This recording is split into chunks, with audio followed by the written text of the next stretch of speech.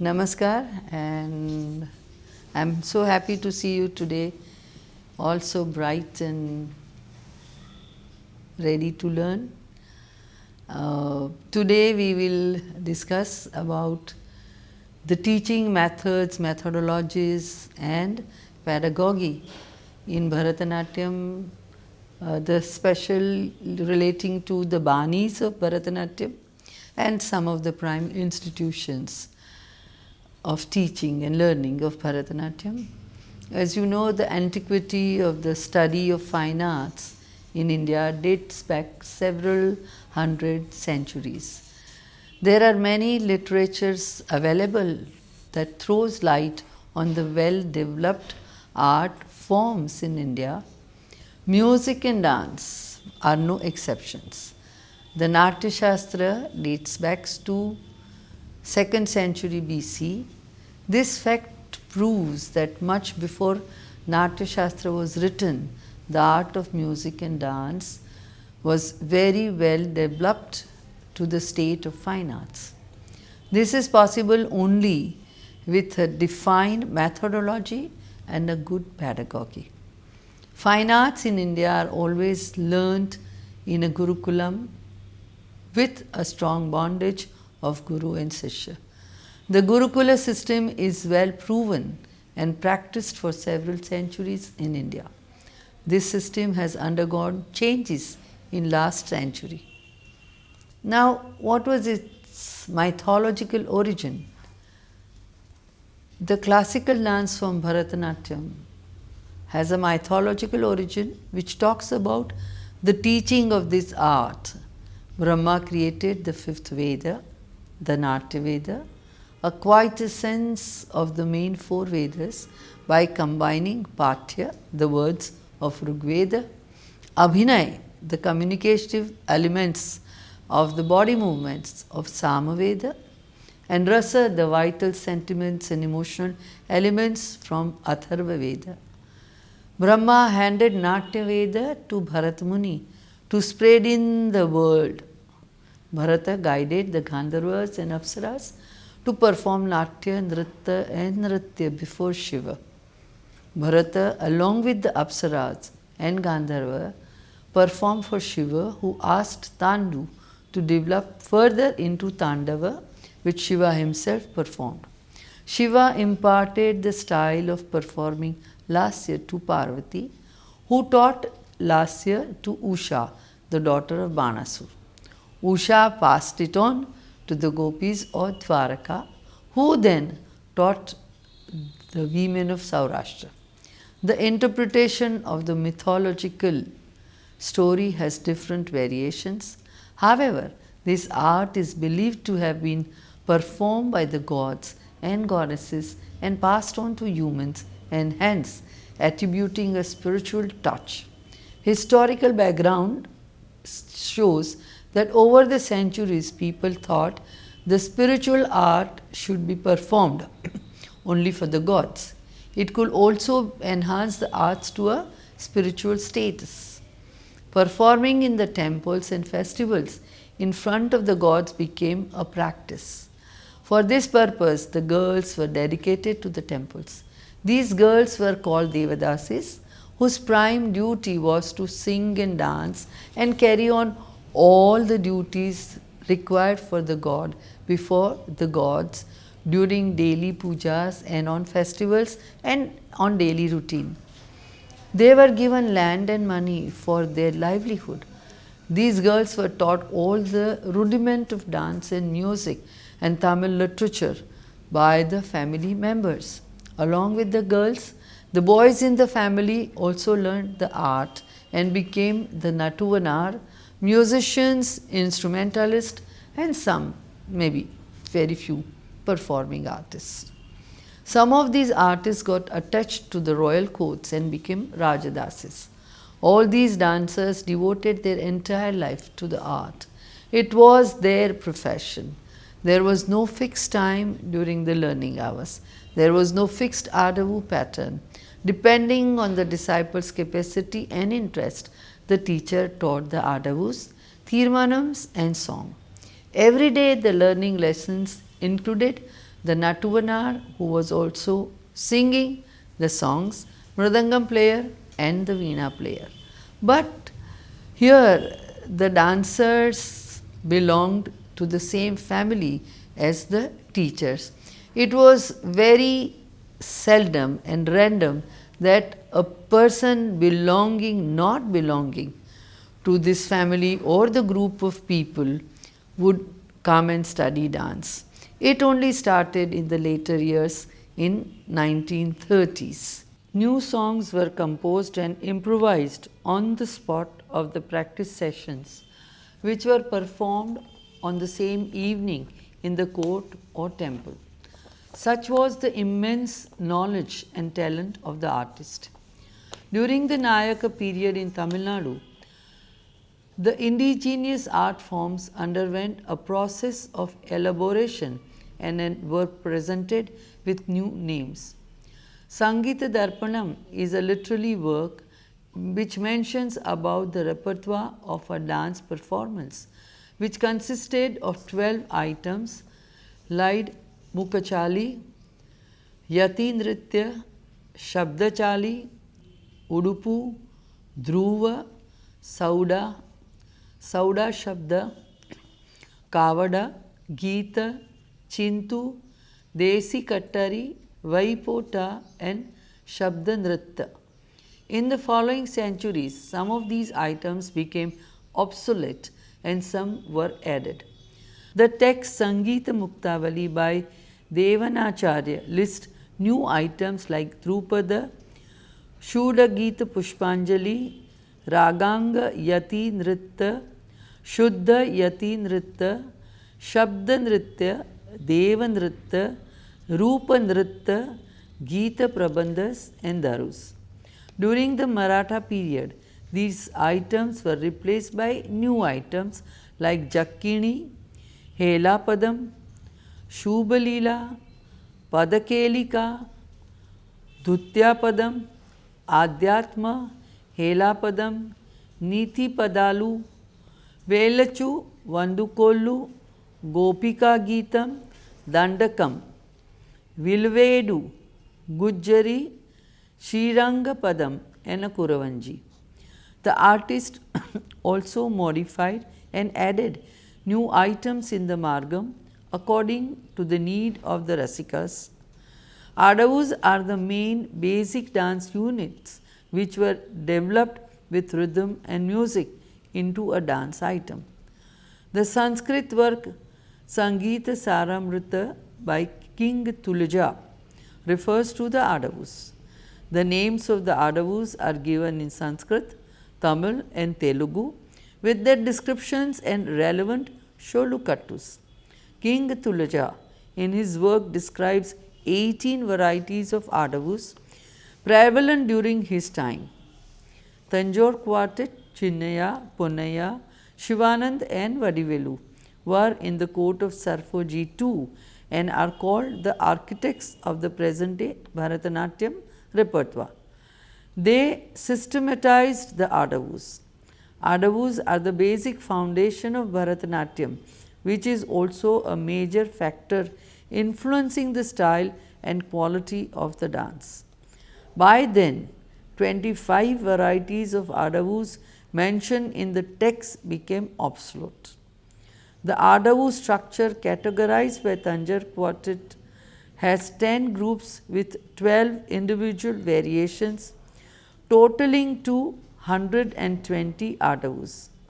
They are Tattadavu, Natadavu, Goditta Adavu, Jati Adavu, Tattu Mettu Adavu, Mai Adavu, Iruddhi Adavu, Mettu Adavu, Nadai Adavu and Mudittu Adavu.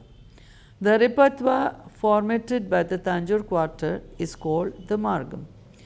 This art was passed on to the generation within the family members. Each family developed a distinct style in the performance of dance, music, choreography and presentation. This tradition continued till the beginning of the 20th century. The decline of the Devadasi system affected the continuity of this art at its fullest. Without proper patronage, many men shifted to other jobs like farming and such. And the ladies stopped dancing. The Devadasi system was looked down by the society and had a bad reputation. The dance programs became a taboo in the society. Without patronage, the artists suffered. In general, the girls in the society, other than the Devadasis, were oppressed and were not given freedom to even learn basic education. Learning fine arts was beyond their reach. Hence, Devadasis could not teach you any girl from the general household. Fine arts were never accepted as a hobby. Very few Devadasis and Natuvanars could retain their art and kept it within the family members. The period till the Sadir was revived as Bharatanatyam, it was the darkest period in the history of dance. In the beginning of 20th century, many girls from reputed families came forward to learn this art, not just for hobby but to preserve the dying art.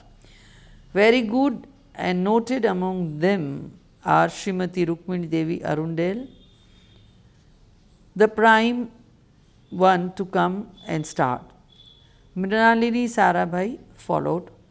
Both of them hailed from a well educated and orthodox Brahmin families and still were allowed to learn this art. At different point of time, they learned from the same teacher, Meenakshi Sundaram Pillai, and later established institutions to preserve this art. There was not enough patronage extended for the Natuvanars. India was turmoil with the freedom fight against the British. All fine arts were at a low ebb. Hence, the families of the Natuvanars came down to Madras, that is Chennai, in 1930s and established dance academies in different parts of the city. They taught and choreographed in distinct styles which came to be known as the Bani or the Paddhati. The name of the villages were affixed with the Bani. For example, Pandanallur Bani, Tanjavur Bani, Vaduvur Bani, Kanchipuram Bani and such. The basic dance lessons were the same except for the style of dancing and presentation of the program. Now we will try to look at briefly how each Bani provided education teaching. Meenakshi Sundaram Pillai was a descendant of Tanjore quartet. He adhered to the strict methodology formatted by the Tanjore quartet. He was taught this art by his uncle Kumaraswamy Natuvanar.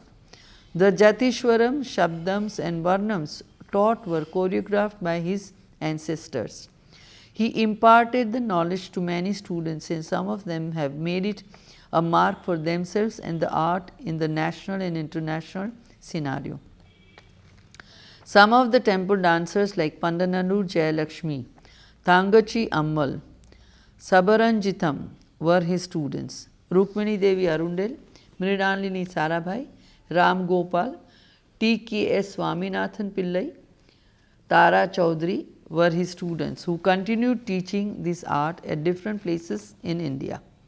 He passed on this art to his son-in-law Chokalingam Pillai. He followed the same methodology like his guru.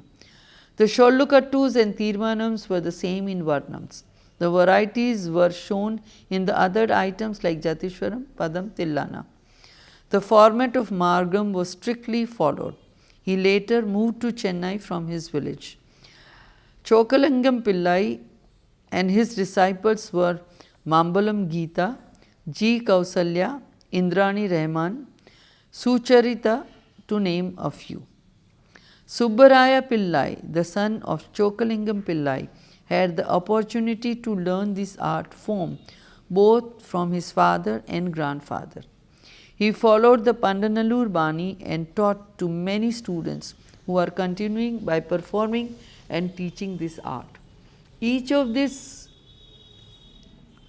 Natuvanars were capable of composing the Sholakattus and Tirvanams to rare talas. They incorporated in dance items according to the ability of the dancer and expectations of the Rasikas. He trained leading dancers like Alarmelvalli, Meenakshi Chittaranjan.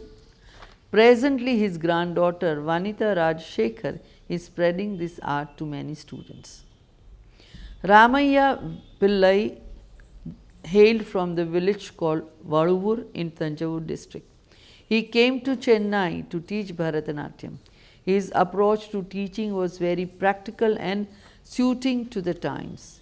He concentrated on the graceful movements and the preservation of korvais with melodic recitation of Sholakatus.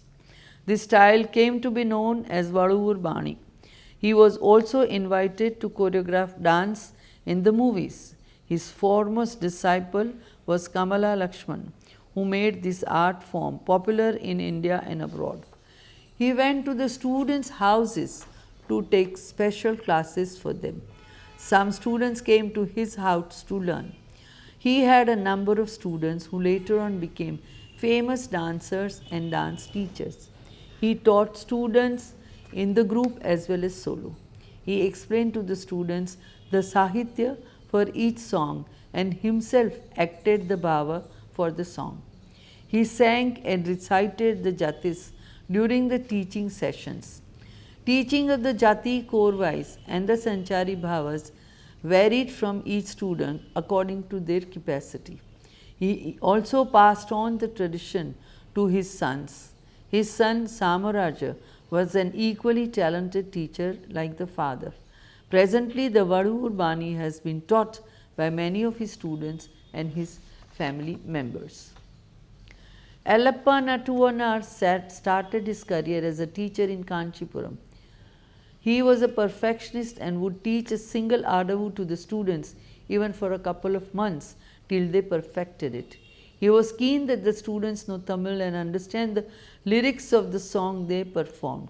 He would insist the students to utter the jatis with proper intonation and appropriate stress on the sound of the words Vallinam and Mallinam. He encouraged the students to watch as many dance performances of luminary dancers to gain knowledge and inspiration. This style was called Kanchipuram. In around Kanchipuram, there are several temples with beautiful and artistic sculptures. This inspired Allappa to incorporate sculptural poses in the dance items. His 8 students are Udupi Lakshmi Narayan and Lakshmi Vishwanathan. And students of these teachers continue this style of dance by teaching and performing. Tanjai Arunachal Pillai and his wife Jayalakshmi started a dance school in Mylapore called Sri Shanmugananda Bharatanatyam Palli. Their teaching style was called Thanjavur style. They followed the margam set by Tanjore quartet. Their method of teaching was very special. Let me try to explain here. In this method, the footstep is firmly beaten on the ground and in the Araimandi position. The feet is slightly towards the front like in the V shape. They insist on Angashuddham, correct angles while dancing. The students are encouraged to enjoy the dancing. All adavus should first start from the right side. This is what they teach. The usi, missing fraction of the beat, ta, tai, tai, ta, is done as nata adavu. Tattimettu is done by stamping both legs before lifting the heel. Students are encouraged to watch the senior students' class and observe.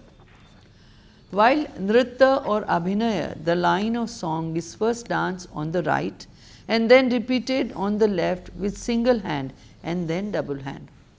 The Natyarambam posture is full stretch of the hand. Natyarambha and Araimandi is prescribed as per the physical attributes of the student. Abhinaya is not very intense. Movements flow gracefully into one another. In earlier times, Bharatanatyam was learned from the Nattuvanars in Gurukul. The Nattuvanars taught the art to the students individually. The Gurus took into consideration the capability and style of each student and taught them accordingly. There was no time frame for classes. The students stayed in class till they were asked to leave by the Guru. The names of the hastas were taught in Tamil. The history of the art was not taught. It was more of a performing art. The Gurus, after teaching the basic steps for Adavus, taught small korvais, which were a combination of Adavus. These korvais helped them to perform the Jatishwaram and Tillana later. Alaripu in different nadai were taught starting from Tisra Alaripu. After this followed the Kautvam, Jatishwaram, Shabdam. The Varnams were predominantly Shringar Rasa, based on the compositions of Tanjore quartet. So, irrespective of the age, these Varnams were taught. In the beginning of the 20th century, the Sadir was re-christianed as Bharatanatyam. Girls from the respectable families like Rukmini Devi and Mrinalini Sarabhai learned this art and established academies and gave different dimension to this art.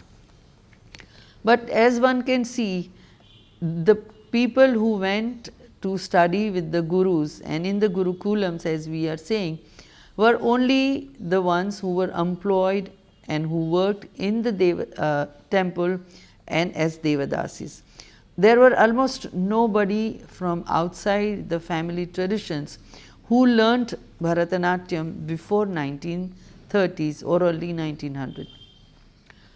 Rukmini Devi established Kalakshetra to impart knowledge of the fine arts to interested students. The students were taught the art of a curriculum. They learned music, dance, instruments, language and yoga. The Adavus were formatted and taught with perfection. The student has to undergo training methodically into all the subjects for 7 years to get a diploma. Rukmini Devi invited eminent gurus in Bharatanatyam, Kathakali and music to teach in the institution, irrespective of their Bani. Rukmini Devi herself choreographed many dance items and dance dramas. She took Bharatanatyam to the international stage. Her choreographies are taught and performed till the present day. The solo items taught will be of a uniform nature, which is not altered by the teachers or students. Hence, this type of learning dance has come to be known as Kalakshetra school or Bani. The students also follow the same pattern of teaching to their students.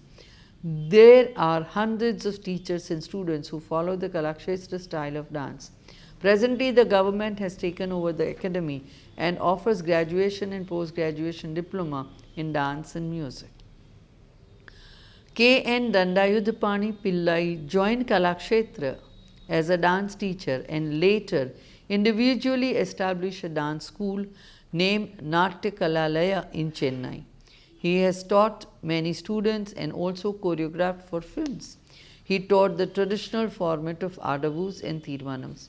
He employed his experienced senior students to teach the Adavus to the young ones and defined by them. The 13th set of Adavus were taught systematically for the duration of 1 year. He believed that the Shringara Padams and the Varnams were too difficult for young ones to understand and perform. He believed Bhakti Rasa was easy for children to understand. Hence, he composed Padavarnams, Kirtanams and Padam with Bhakti Rasa exclusively for children, which became very popular. For example, the Padavarnam Annayai Maravenandi, presently his daughter Uma Dandayudhapani and many of his students continue teaching his style of Bharatanatyam. Mannagudi Dorairaj Iyer was an eminent dance teacher, well versed in playing Mridangam and Tal system. He composed Tirvanams in difficult talas for his senior students to perform.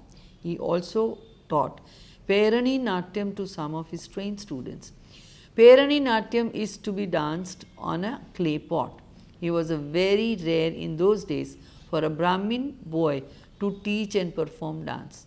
He also wrote 2 books named Mridanga Bodhini and Swabodha Bharata Navanitam. Presently, Revati Ramachandran, M.S. Kanchana and Gauri are the students of Dorairaj Iyer, continuing teaching on their Guru's path. As we are looking into different styles, Banis and how they teach, The Mysore style of dance started during the reign of Vodaya dynasty in Mysore. And there was a resurgence of all art forms, and a distinct style of Bharatanatyam emerged during the time of Krishnaraja Wadiyar. This came to be known as the Mysore school or style or Bani of Bharatanatyam. His successor, Sri Chamarajendra Wadiyar, brought Chinnaya of the Tanjore quartet, whose work influenced dance and music in Mysore. Many illustrious teachers, Murugu Shubhanna, Bangalore Kittappa, Kolar Puttappa, and Devadasis like Rangamma and Jijamma, and Rajanartakis, the palace dancers like Amritamma, the incomparable Natya Saraswati Jati Tayyamma of the Jati, Manithana, the Wrestlers family, and her disciple Natya Shantala, Padma Bhushan Dr. K. Venkatalakshamma, hailing from the Lambinis gypsy community, gave this style a distinct flavor. Gurukula in the Mysore system was Venkatalakshamma learned the art in the Gurukula of Jati Tayyamma. The practice schedule for the student was a student would wake up by 4:30 a.m. and ready in the class by 5 a.m. 1 hour of physical exercises, which had rare ones like lifting tur dal with the eyelashes. After a short break, with the Dhyana Shloka, Adavu's classes began. Nritta items were performed. After 3 p.m., there would be Abhinay classes. Tattadavu in Aditalam was taught for a month. This was followed by Adavus like Nattadavu, Kattadavu, Mettudavu, Pakkadavu, Kudittamettu Adavu, Muktai Adavu. The Adavus were not taught in any particular precise order, and the names of the Adavus were also not mentioned to the students. The Alaripu was first taught in Chatusram. After teaching Jatiswaram and Kirtanams, a Tanavarnam was taught. There were no Jatis and Tattimettu introduced in the first half of the Varnam. There was not much of theory taught except the Sanyukta and Asanyukta Hastas. It was compulsory for the student to learn the music. After the completion of the 4th year, the students perform Shalangai Puja and then on start practicing with them. 2 important works named Natanadi Vadya Ranjanam and Sabharanjita Chintamani by Gange Muttu Natuvanar contains number of Sholukatus and Tirmanams for dance and Mridangam. The art flourished in Tamil Nadu with several Natuvanars with a common structural pattern of Adavus. The creative and artistic imagination of the Natuvanars introduced graceful elements into dance. There was no one standard work on Adavus. Hence, the way of teaching, classifying and performing Adavus have been different in many ways. In a way, this has helped to bring out various paddhatis and still has ample scope for improvisation. The difference in style depend upon the general outlook and the aspect of specialization. For example, one school emphasis on complicated rhythm patterns and so on, another on soft and graceful movements. Interested students, whether learned from a Natunar or an institution, was serious about learning and absorbing all nuances from their gurus and took it to a professional level. They realized that it was their responsibility to bring back this divine art and spread it to as many students as possible. In the paper, in the next discussion of learning Bharatanatyam, we will see how the methodology adopted today as compared to the earlier generations have changed in a great way to suit the requirements of the Rasika as well as the student. Hope you have got some insight into the teaching methodologies of different Banis and the importance that was given to which part of Bharatanatyam. Thank you and see you tomorrow. Bye.